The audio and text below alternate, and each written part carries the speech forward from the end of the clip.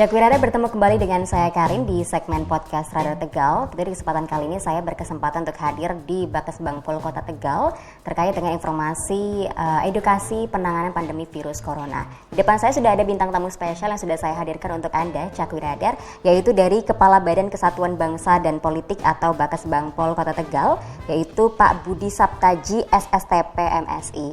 Selamat siang Pak, gimana kabar untuk hari ini? Selamat siang Mbak Karin, alhamdulillah baik. Oke, terima kasih Pak untuk mau menyempatkan waktunya untuk Radar Tegal ya. Iya, sama-sama. Oke, dan tentunya memang masih terkait dengan penanganan pandemi virus corona Pak, di mana kita harus terus menggaungkan protokol kesehatan kepada masyarakat. Betul. Salah satunya yaitu ingat pesan Ibu, 3M. Wajib untuk menggunakan masker, kemudian wajib untuk mencuci tangan menggunakan sabun, dan yang terakhir adalah wajib untuk menjaga jarak. Tentunya ini adalah protokol kesehatan yang tentunya wajib untuk kita lakukan ya Pak ya. Betul sekali. Oke, tentunya di samping itu juga banyak kegiatan yang mungkin harus kita pantau ya keberlangsungannya supaya tentunya tidak terjadi penambahan angka penyebaran virus corona. Nah, tentunya terkait dengan menjaga kerukunan umat beragama di tengah pandemi ini, Pak Budi, pandemi ini kan masih terus berlangsung dan tentunya dari Bakesbangpol sendiri pun juga terus melakukan upaya ya untuk bisa menjaga kerukunan umat beragama. Apalagi memang di tengah situasi seperti sekarang terus memantau kegiatan keagamaan ya Pak ya.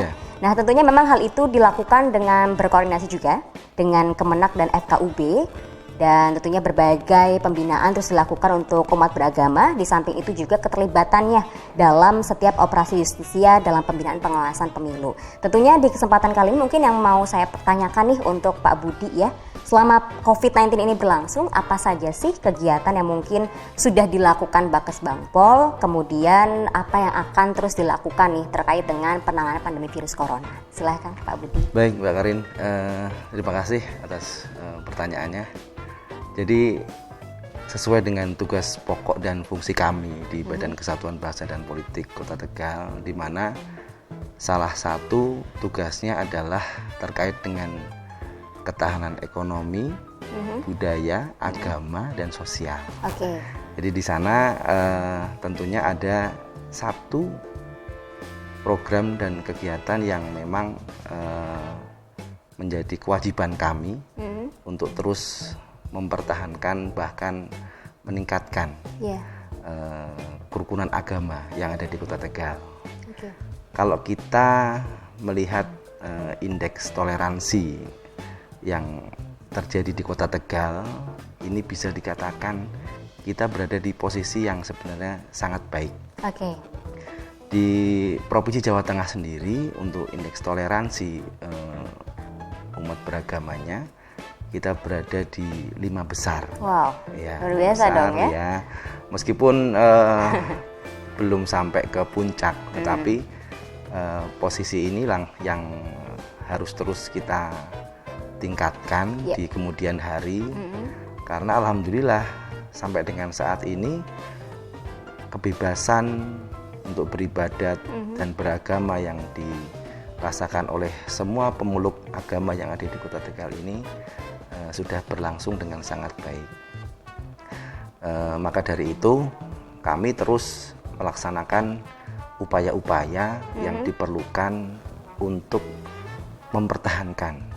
Syukur-syukur kita ke depan kita tingkatkan supaya indeks toleransi umat beragama ini dapat mencapai 3 besar. Jadi target kami 3 besar di tingkat Jawa Tengah itu tentunya tidak mustahil lah kita raih sepanjang umat beragama di Kota Tegal ini bisa saling bertoleransi baik dalam peribadatan maupun dalam hal-hal lainnya. Oke, kemudian Pak Budi, dari apa kegiatan yang sudah dilakukan selama pandemi corona ini? Apakah ada peningkatan Pak dari apa yang sudah dilakukan dari Bakesbangpol? Ya, mungkin kami tambah sedikit sebelumnya. Kami tambahi bahwa kami Bakesbangpol Kota Tegal juga pada saat awal pandemi ini berlangsung, kami juga memandegani terbentuknya relawan mandiri COVID-19 ya. Jadi relawan mandiri COVID-19 ini memang satu kegiatan yang tujuannya adalah memberdayakan masyarakat supaya mereka juga memiliki keinginan atau harapan untuk memutus rantai penyebaran maupun untuk meminimalisir perkembangan COVID-19 yang ada di Kota Tegal. Jadi di sana relawan mandiri ini diketuai oleh Bapak Wakil Wali Kota Tegal, Bapak Muhammad Jumadi STMM, yang anggotanya terdiri dari seluruh elemen Ormas yang ada di Kota Tegal, Ormas dan LSM ya. Kemudian ada juga dari karyawan-karyawati perusahaan-perusahaan di Kota Tegal. Kemudian ada juga relawan dari Badan Penanggulangan Bencana Daerah Kota Tegal. Ada juga dari tenaga kesehatan yang ada di Kota Tegal. Harapannya memang relawan mandiri ini nanti bisa sebagai agen perubahan perilaku mungkin ya. Jadi kunci utama untuk kita bisa hidup berdampingan atau syukur-syukur bisa memberantas COVID-19 ini adalah kunci utamanya adalah perilaku sebenarnya, Mbak. Jadi perilaku inilah yang harus terus kita gelorakan, harus terus kita sampaikan, sosialisasikan kepada warga masyarakat. Karena 3 pesan Ibu itu juga kembali lagi kepada perilaku individual dari warga masyarakat. Ketika perilaku individual warga masyarakat itu sudah sadar sepenuhnya bahwa corona itu memang ada, corona itu berada di sekeliling kita. Kita tidak pernah tahu dia ada di mana. Jadi kita harus terus menyampaikan, kita harus terus memberikan edukasi kepada masyarakat untuk menaati protokol kesehatan 3M itu tadi. Menggunakan masker, kemudian mencuci tangan pakai sabun, kemudian menjaga jarak. Itu 3 hal itulah yang sangat-sangat penting untuk kita bisa terlepas dari belenggu pandemi COVID-19 ini. Oke, memang selain protokol kesehatan juga sudah digerakkan relawan mandiri COVID-19 ya Pak ya? Iya, betul. Oke, dan ini memang sangat penting sekali bahwa pesannya memang masyarakat perlu nih diberikan informasi bahwa memang COVID-19 ini benar-benar ada, begitu ya. Dan tentunya memang kalau misalkan terkait dengan kerukunan nih Pak dalam umat beragama, kegiatan beragama begitu. Sejauh ini ya selama pandemi ini pembinaan kerukunan beragama itu kan terus digalakan sama Bagas Bangpol tentunya. Ini bisa dijelaskan nggak sih Pak apa tujuannya? Ya, jadi kita melaksanakan kegiatan seminar dan diskusi untuk memelihara kerukunan beragama, karena ketika seluruh pemuka dan umat beragama yang ada di Kota Tegal ini bahu-membahu untuk menerapkan protokol kesehatan, terutama ketika dalam hal beribadah. Jadi misalnya di masjid sudah mengatur sedemikian rupa jarak antar untuk penganut agama Islam yang melaksanakan sholat berjamaah.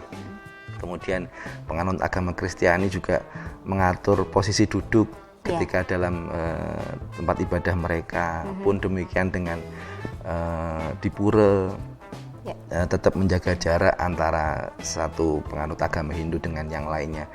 Jadi ini salah satu kiat-kiat yang terus kita sampaikan kepada para pemuka agama tersebut. Di samping tentunya ada satu hal yang kemarin kami tekankan, yaitu adanya instruksi Gubernur Jawa Tengah nomor 1 tahun 2020 tentang pelaksanaan sistem Joko Tonggo, Mbak. Jadi kalau bicara tentang kemanusiaan, kalau kita bicara tentang corona kan ini tidak bisa terlepas dari sisi kemanusiaan, karena kita sebagai sesama hamba Allah hamba Tuhan yang Maha Kuasa.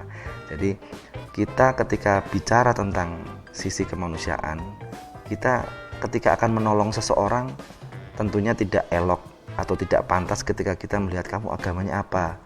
Kalau baru seakidah baru nanti saya tolong. Kita nggak bisa seperti itu.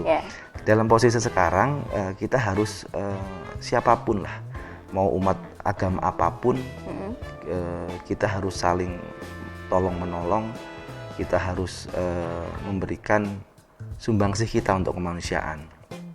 Sistem Jogo Tonggo ini baik sekali. Jadi kemarin kami tekankan kepada FKUB dan seluruh peserta diskusi bahwa kita dalam hal memberikan edukasi kepada warga masyarakat, khususnya untuk pemeluk agama, itu harus benar-benar menekankan bahwa ini adalah sisi kemanusiaan yang harus kita jalankan sebagai umat manusia. Ketika ada saudara kita, tetangga kita yang mungkin sudah terpapar virus corona ini, tidak pada tempatnya ketika kita menjauhi mereka.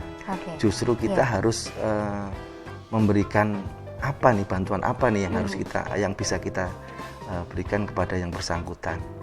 Nah, sistem Jogo Tonggo itu seperti itu nanti, dan ini sudah berjalan baik di beberapa wilayah di Kota Tegal. Kami juga melakukan monitoring tentang pelaksanaan sistem Jogo Tonggo ini, dan alhamdulillah untuk di Kota Tegal sudah berjalan dengan baik. Jadi warga masyarakat menghimpun donasi dari warga masyarakat yang mampu, kemudian yang memiliki kelonggaran rezeki, kemudian menyisihkan dengan sukarela. Kemudian ada bidang-bidang yang menangani untuk sistem Jogo Tonggo ini, yang nanti membantu masalah bagaimana mereka makan, bagaimana mereka mendapatkan pemeriksaan kesehatan, bahkan bagaimana cara menghibur mereka. Karena kalau orang sakit itu kan kalau di rumah terus juga bosan. Iya, benar. Kadang-kadang mereka juga membutuhkan hiburan, dan di Jogo Tonggo sesuai Ingup nomor 1 2020 ini sudah disampaikan juga bahwa hiburan adalah salah satu hal yang memang harus diberikan kepada para penderita tersebut.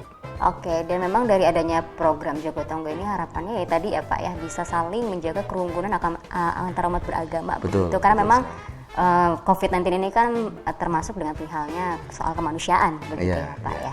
Oke, nah selanjutnya Pak Budi, selama pandemi ini berapa kali sih operasi justisi yang dilakukan atau mungkin diikuti? Kalau untuk operasi justisi sebenarnya bukan ranah kami nih. Kalau kami lebih kepada perubahan perilaku. Kalau operasi justisi itu mungkin lebih dekat dengan tusinya Satpol PP. Tetapi kami memang meskipun kami personil juga tidak terlalu banyak, tetapi kami ikut serta juga dan dilibatkan juga dalam operasi justisi itu, meskipun kami tidak langsung berhadapan dengan masyarakat. Kami berada di lingkaran luar karena memang tusi kami seperti itu. Dan setahu kami untuk operasi justisi sudah dilaksanakan juga lebih dari 10 kali mungkin dalam satu bulan. Dan itu bekerja sama dengan rekan-rekan dari TNI Polri. Seperti itu. Oke, nah dari kegiatan yang Bakas Bangpol ikuti tersebut, apakah sejauh ini menemui kendala Pak di lapangan secara langsung? Untuk kendala, saya pikir pasti ada ya Mbak ya, kendala. Tapi kendala yang kami rasakan langsung itu tidak dari internal gitu, tidak. Kami tetap melakukan pembuatan jadwal monitoring, kemudian kami mengatur shift untuk para personil bertugas. Tetapi memang kendala ini berasal dari kesadaran masyarakat sebenarnya. Jadi harus kita akui bahwa kesadaran masyarakat kita belum bisa dikatakan baik sekali. Meskipun kalau untuk di Kota Tegal mayoritas sudah ketika keluar rumah sudah mengenakan masker, tetapi tetap masih kita jumpai memang beberapa masyarakat yang tidak mengindahkannya. Bahkan meskipun sudah keluar surat edaran wali kota tentang penutupan tempat usaha, tempat karaoke, tempat makan, ini memang di beberapa titik masih kita jumpai juga rumah makan atau restoran atau kafe yang masih buka sampai larut malam. Nah, ini tentunya kan hal seperti ini yang harus kita pastikan untuk supaya surat edaran wali kota ini diindahkan oleh mereka, diperhatikan terutama mengenai jam operasional. Jadi ketika misalnya tutup ya harus tutup, ketika jam operasional dibatasi ya harus dibatasi sampai jam berapa, kemudian harus tutup. Jadi kalau ini kita taati bersama, insya Allah kita lambat laun akan bisa terentaskan dari pandemi COVID ini. Amin, itu memang jadi ya harapan kita semua ya Pak ya. Dan terakhir nih Pak Budi, boleh nggak mungkin ada yang ingin disampaikan Pak kepada umat beragama nih tentunya untuk terus menjaga kerumunan, menjaga kerukunan begitu ya, dan perpolitikan di saat pandemi corona ini. Silakan mungkin yang disampaikan. Ya baik, untuk seluruh warga masyarakat Kota Tegal yang notabene pasti kita semua adalah umat beragama, umat beragama yang diakui di Kota Tegal, dan juga ada warga masyarakat kita sebagian kecil sebagai penganut kepercayaan terhadap Tuhan Yang Maha Esa. Kami tentunya menghimbau kepada seluruh warga masyarakat untuk mempercayai bahwa Corona COVID-19 itu ada di sekitar kita. Angka terpapar COVID-19 di Kota Tegal sudah menginjak angka 1000-an lebih. Jadi ini satu sinyalemen yang harus kita waspadai. Jangan sampai kita lengah. Tetap kita harus mengetatkan protokol kesehatan mulai dari keluarga. Jadi semua ini berawal dari keluarga. Ketika kita bisa memberikan edukasi yang baik kepada istri, kepada suami, kepada anak-anak kita, ini adalah satu awal yang baik supaya terus warga masyarakat Kota Tegal ini memiliki kepedulian yang sama. Benar. Ketika semua keluarga memiliki kepedulian yang sama terhadap penanganan COVID-19, ini saya meyakini kita Kota Tegal dan pada umumnya Indonesia ini akan segera bisa terlepas dari belenggu pandemi COVID-19 ini. Amin, amin, amin. Itu harapan kita semua ya Pak ya. Tentunya memang apapun doa yang kita harapkan semua pasti kita amini dan supaya tentunya bisa dijawab oleh Tuhan pastinya.